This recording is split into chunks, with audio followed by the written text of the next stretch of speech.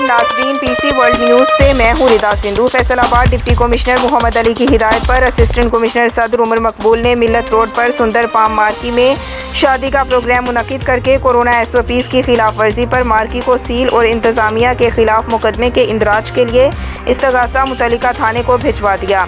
हमारे city reporter Abdul Hammad की report के मुताबिक उन्होंने इतला मिलने पर मार्की को चेक किया तो वहाँ शादी का प्रोग्राम जारी था, जिस पर हाल को खाली कराकर मार्की को सील कर दिया गया।